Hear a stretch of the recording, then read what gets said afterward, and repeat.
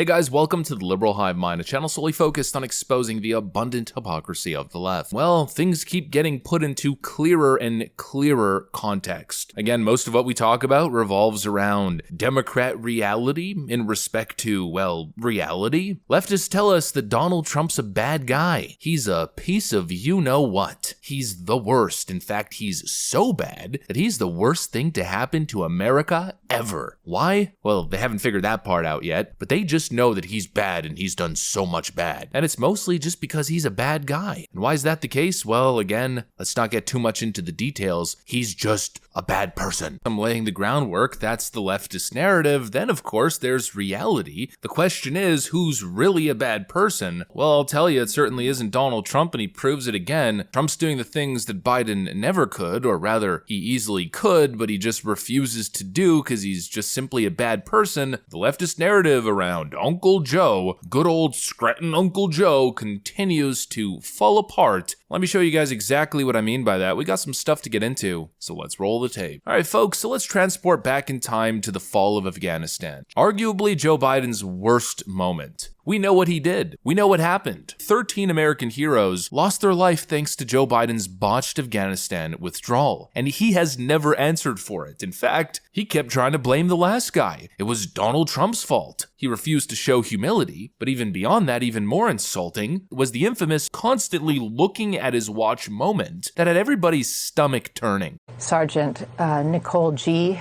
who was one of the 2 female Marines who were killed among the 13, she was the one who posted that Instagram post holding the baby saying, "I love my job," just a few days ago. Right as those 13 American heroes were being brought home, right as they landed on U.S. soil, Joe Biden signaled that he didn't even want to be there. It wasn't enough that it was obvious he didn't care. No, he had to signal it to the world. That's good old Scranton Joe, right? He's an awful person, but that's not what his people will tell you. Here's Biden's Secretary of Defense Lloyd Austin at Arlington National Cemetery telling you this.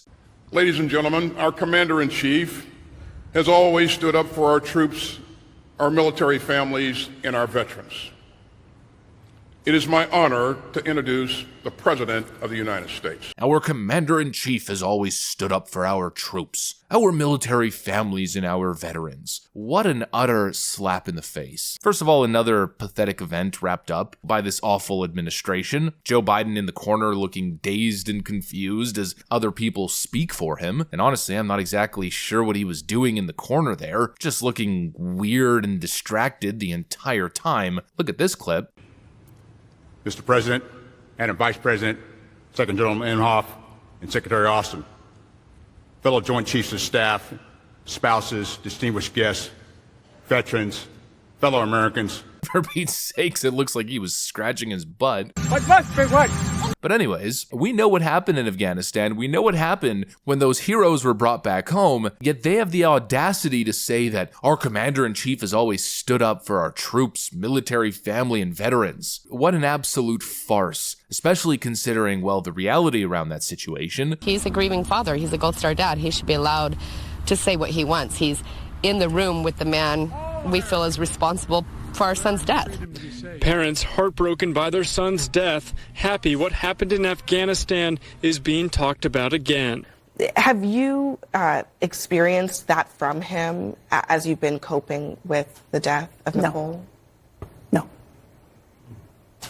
Have you spoken to him? No, he has not reached out to our family. We've actually reached out to the White House and have never heard back. We asked to meet with them to kind of understand where their thinking was in calling this a success, and we've not received a response. It's been months. Joe Biden never even had the decency to reach out to these families that were grieving and mourning their loss, the family members of those individuals who were lost thanks to Joe Biden's incompetence during the botched withdrawal. He never had the decency to show up, to make a phone call, to do the right thing. He continues to ignore the issue and then virtue signals as if he cares so much about military families. He is a real piece of work. And that's where we get to Donald Trump, because supposedly Trump's the bad guy. But Donald Trump has a clear track record when it comes to being there for people, and especially being there for fallen soldiers and military families. And let's really create that contrast. Full disclosure, this clip is from a couple years ago. It's not a recent clip, although I'll tell you it's not the last time we'll see Donald Trump do something like this. But anyways, this makes the point.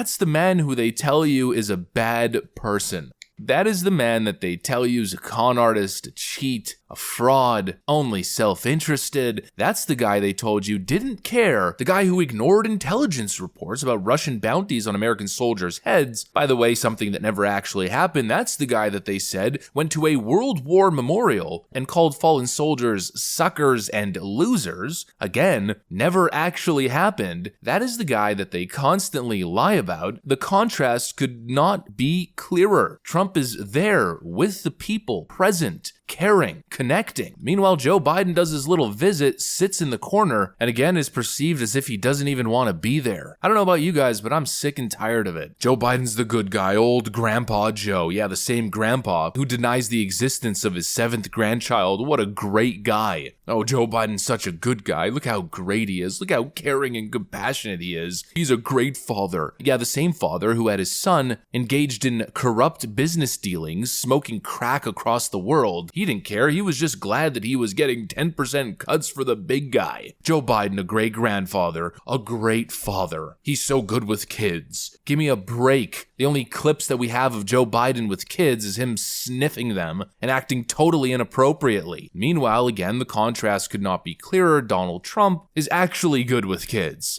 Look at that baby, he's so cute. Oh, give me that baby. Future construction worker.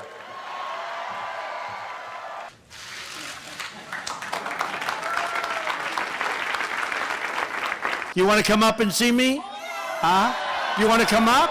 Come on. Most beautiful little girl. Wow.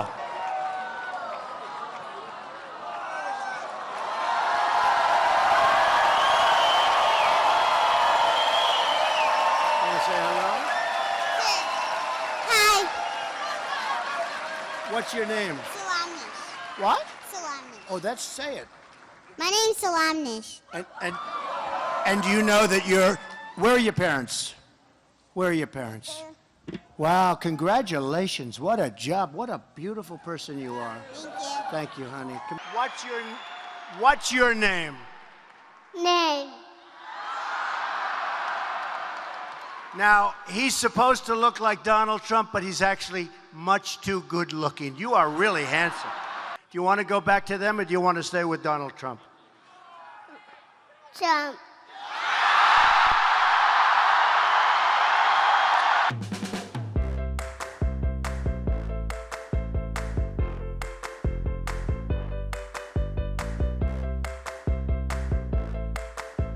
And one of those clips happened just last week. Donald Trump taking his granddaughter for a little ride in the golf cart on one of his golf courses as she carries around her giant Pikachu plushie. You know, these are the clips they don't want you to see. This is the stuff they pretend doesn't exist. Their narrative is bogus. Trump isn't the devil they paint him to be, and Joe Biden certainly isn't just Scranton old kooky Uncle Joe. Anyways, that's pretty much what I got for you guys. A continuation of the ongoing series that I've been working on, showing you the stuff that the media wants to hide. Thanks for watching, and I'll see you on the next one.